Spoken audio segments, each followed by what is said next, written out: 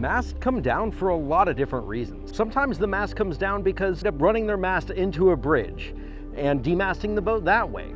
Other times, a storm comes through. In the case of this boat, that's exactly what happened. 140-mile-an-hour winds unfurled the head sail and wound up pulling down the rig.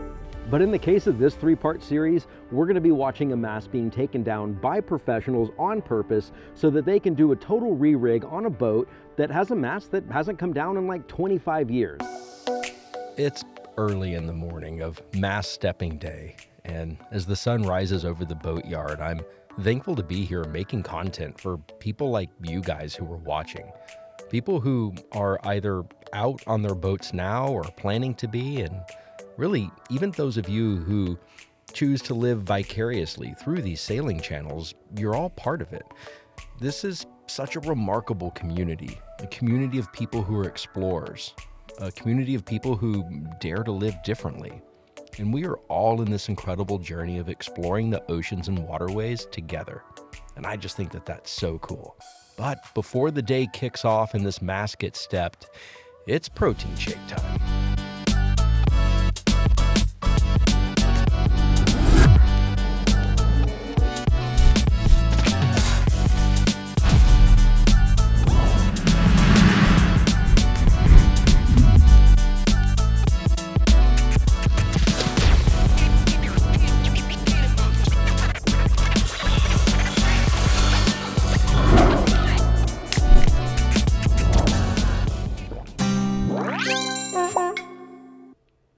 It is finally that moment. It has been 3 weeks of work for this mast to get prepped and painted and ready to go and all the stuff put on it. And today is that episode. So let's go check out what this painted mast looks like. Let's see the rest of the stuff get manufactured today and line get spliced, the mast get dressed, and then it's gonna be stepped. And I'm getting an early start today because it's getting stepped really soon. So let's go check out what this big, beautiful mast looks like. Come on.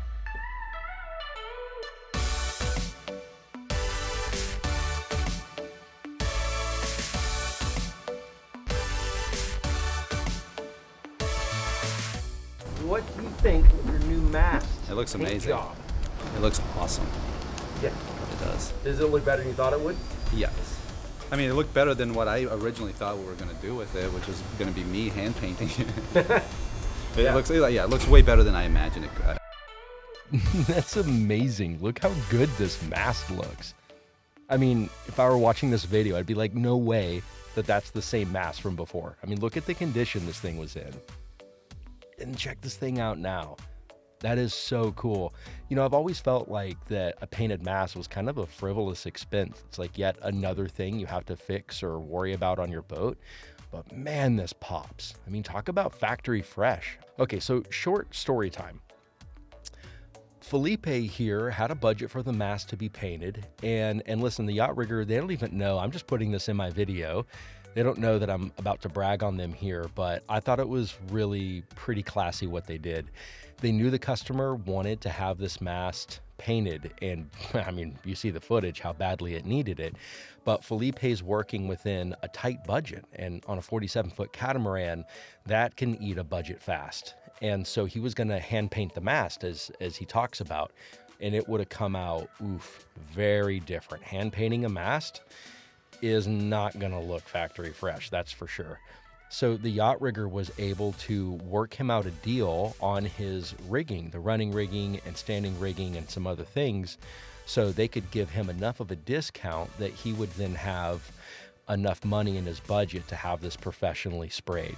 And I just thought that was a really classy thing to do. Obviously they didn't have to do that. Felipe was just super over the moon that they worked with him in that way. And it's just a cool example of the yacht rigger. Like, these guys that own the business live on boats, or, you know, and the one owner who doesn't live on a boat has his camper and had the fastest trimaran I've ever been on. I mean, these guys get it. This is what they live and breathe, is boating and sailing and being connected to the world through vessels like that. It's so cool. So they really get sailors and the needs that they have, and I just thought that was really neat. I happened to be there when they were giving him the discount and negotiating with him so he could get the mast done, and when I saw that, I don't know, it warmed my heart. I thought it was pretty sweet. Hey, I just heard that Brian is over in the fab shop right now, and he's working on making an adapter plate for the customer's radar bracket. So let's go check on him and see what that looks like. Come on.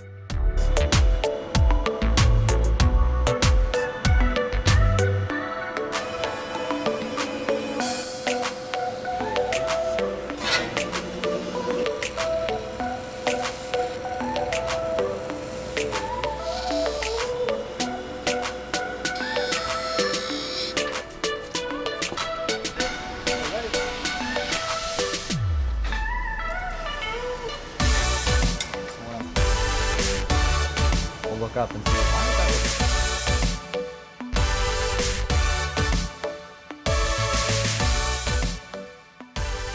So once again, I'm here at the rigging shop. Let's go in and see the lines that John is working on splicing for the mast. All right, I am here in the rigging shop, and they're going to be splicing line for the 47-foot catamaran. Yeah, so this is the line that the customer goes in, and all that line that we looked at earlier, you select your colors. Once you know the strengths that you need and all of that kind of stuff, you go and you select your colors. He's picked all that out, and it looks like he's doing the exotic stuff, at least some of this. So you have some double braid line here, and then you have the exotic. This is a double braid core called Sirius, but with a exotic cover on it. And if you see here, he's got all of his different shackles and such, and these are sitting on little bowlines right now, but these are going to be captive splices whenever they're done. And you have these little cards, and the cards say, so this is an eye splice with the Flemish loop, so we'll see John doing that here in just a little bit. So one of the things they'll do when they go to splice that I happen to know about is it's a question of whether or not it's going to be a captive splice or not. So captive would mean that you have to splice it with the hardware here available and made into the splice, because there's no other way to put this on or take this off. So you have captive splices where other shackles, you know, let's just say for some reason you were using like a D shackle or something, you would just remove this and add this into the splice after the fact.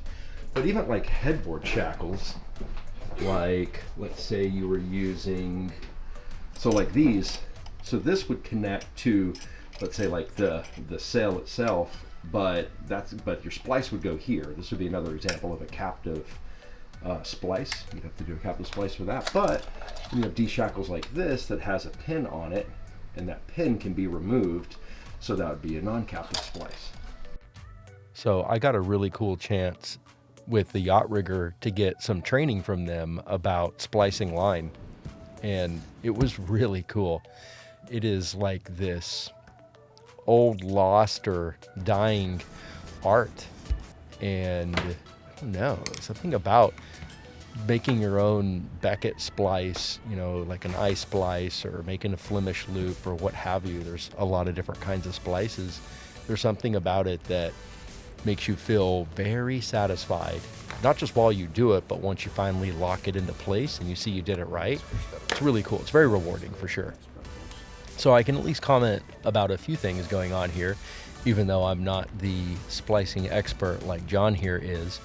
But, you know, he's just taking this line, he's laying it out. There's a chart there on that table, and that chart gives him FID links, is what it's called, and everything based on the line diameter and the type of line and various things like that. It uses certain lengths of bury for you to be able to run the core inside of itself and come out the other end. That probably doesn't really make any sense, but it's what he's doing right now. Actually, the core is pulled out of the cover of that line, and then he runs that inside of those little metal shafts called FIDs, and then he runs the core back into itself, or in this case, back into the cover. So you see it exiting the cover, it's looping around, going inside the cover, and then coming back outside the cover, the core is. And then he takes that captive shackle, runs that on the inside, and then now he's taking the tail of the core and he's running it into the core of itself, coming out the other end. And there's a certain length that you do those things. There's, of course, a whole methodology to it. And that gives you the bury, so you have a really good taper once your splice is done. So he's milking that out right now. And then he's throwing a quick stitch here in the middle of this double braid line, and that stitch will stop it from slipping on itself as he continues his splice here and milking it out. Yeah, this is a really cool skill for a sailor to develop for sure.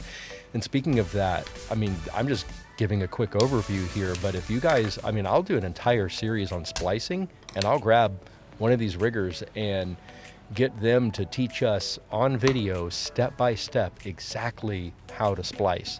If that's something you're interested in, please leave a comment below and let me know, because that would be a lot of fun to do a whole splicing series, because there are so many different kinds. And if you have a video to follow, this is entirely doable.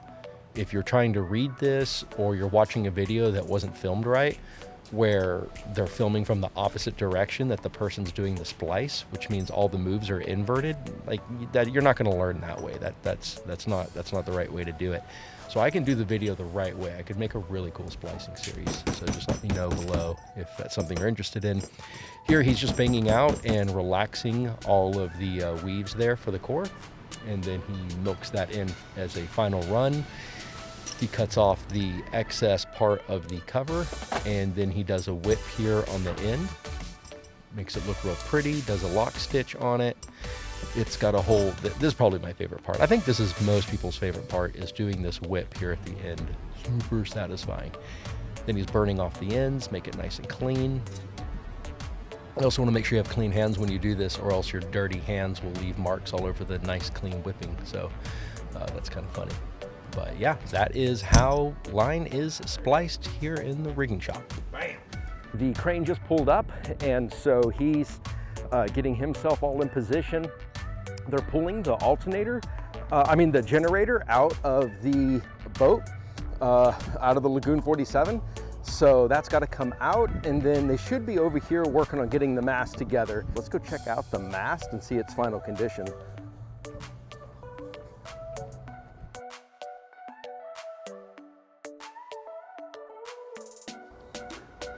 As Stephen was talking about in the last video, having your messengers coming out of the different exits. So you see a messenger here, how nice that is. And he's got a messenger at the masthead, and then mid-mast on the exit. There's some more messenger. They make sure to protect all the new turnbuckles and everything, and they wrap in all this paper so that if the turnbuckles, in the event that they do hit the ground, it doesn't pick up a bunch of dirt and put it inside the threads. Look at the improvement on all this stuff. This is incredible. All new wiring, new mast headlight, ion dissipator to help protect against lightning strike. This whole new weather system. So instead of the spinny anemometer that you normally see, this is a anemometer on top of being a full weather system. It'd be cool to learn some more about that. And then obviously the camera and the custom bracket that Brian had made with the fab team. And now they're pulling some of the running rigging through. Got these two new lines down here ready to go. Oh, he's got his new VHF antenna up here as well. Yeah, that's sick. All right, so this is a little trick that we like to do. This is a 2-to-1 main halyard, which means the one end dead ends up here on the mast, normally on this pin or on a shackle. But what we like to do is add a swivel. This is actually just an anchor swivel, and it works really, really well.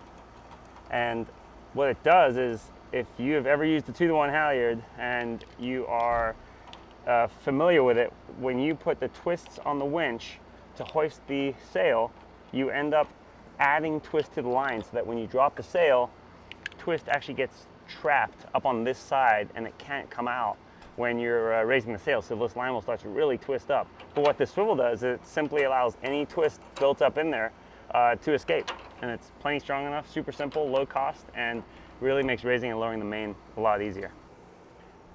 So I'm sure anyone knows who would have a catamaran or have a system with the 2-to-1 halyard, but just a little quick explanation on the setup of a 2-to-1 that Stephen was talking about is that this is where the line dead ends, and then the line runs all the way down the aft end of the mast here to the very bottom, where it has a shackle that has a little pulley on it, and then it runs all the way back up the mast, right? So dead end's here, runs all the way down to the sail, connects to the head of the sail, and then it runs all the way back up on this other line, and then that line connects,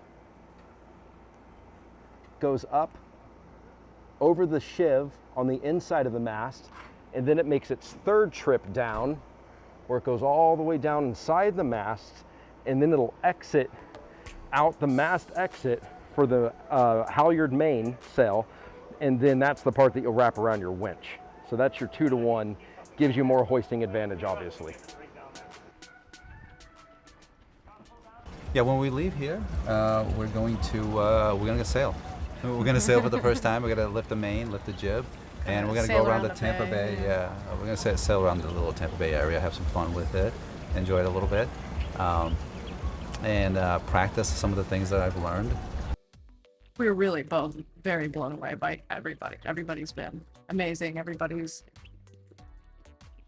been so knowledgeable, and it seems like, you know, the idea was to hire the absolute best, you know, for each, you know, everybody that's here is the best at what they do in their area. So especially excited just to finally be able to sail again. It's been a long time. Yeah, 4 years having the boat, taking it out, and not being able to sail much, right? How to work with metal, what materials to use. It's really good to have those little tricks, like CT1, Tef Gel, how to work with the metal, and the rigging too. I mean, even just the proper terms for things. Yeah. You know, there's a huge learning curve, and we were at kind of here when it came to a lot of that. When, you know, some of the systems were much better but with the rigging, and you know, we had a lot to learn. And yeah, we knew how to use the mainsail and use the jib, right. and that's just like the basics. And we didn't know how to reef, you know, use the reefing lines. We didn't know how to use the storm sail or the spinnaker, and now we have an idea of how to use all that, which we want to try to use it. And Steven said, go ahead and do it in low weather, like low wind, right? So you make sure to practice and learn how to do it. But I had to put in the lazy jacks and put in the pins in the shrouds, right? So I had to go up to the diamond shrouds on the second spreader and put those in. And then I dropped the topping lift, so it went up. Right? And it went all the way up to the top of the mast, so I had to go all the way up to the top, which is actually really nice. Now, how hard was that taking them up? I mean, you know, Steven directed me the whole way and made it easy. You know, he was a very, very good patient teacher. So yeah, it's a coordination, right? Yeah. The second time he went up, it was just the two of us, and we did it totally fine. And I would have had no idea what my part in that was before. So Sharon is here, and she's going to see the mast for the first time. She just got to the yard, so I'm trying to catch her before she sees it, before I can film her. See it. Yeah. What's up? Oh, How wow. shiny it is.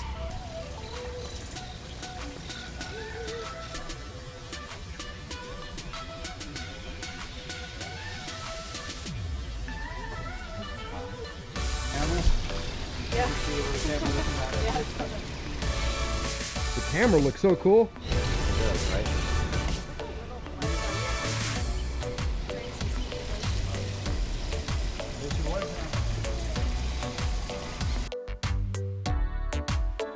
I hope you guys have had a lot of fun watching Felipe and his family get their mast put together and how beautiful it looks. They're going to be setting out for sail for the first time in years on their boat, not having to worry about the rig and the condition of things. They are free to go for the open seas, and I'm really excited for them to get to do that. It's what a dream. I mean, I can't imagine living on a boat for as long as they have, not being able to sail it, and now all of a sudden they can, just like that. So that is a very cool development for that family, no doubt. Hopefully we hear more from them in the future. And as far as next week for the On Deck channel, just stay tuned, because I'm gonna show up here in the yard, and there's gonna be all kinds of new lessons and a lot of new content coming y'all's way. And what would really help me out is if you guys would make some comments and tell me some stuff that you would look forward to seeing marine pros talk about and do. and let us know how I can make this content better for you guys, because I'm putting my heart and soul into it. Thank you so much for watching. Please like and comment as well. Hit the bell for notifications, and I will see you guys next week on the On Deck channel. Sailor Smurf out.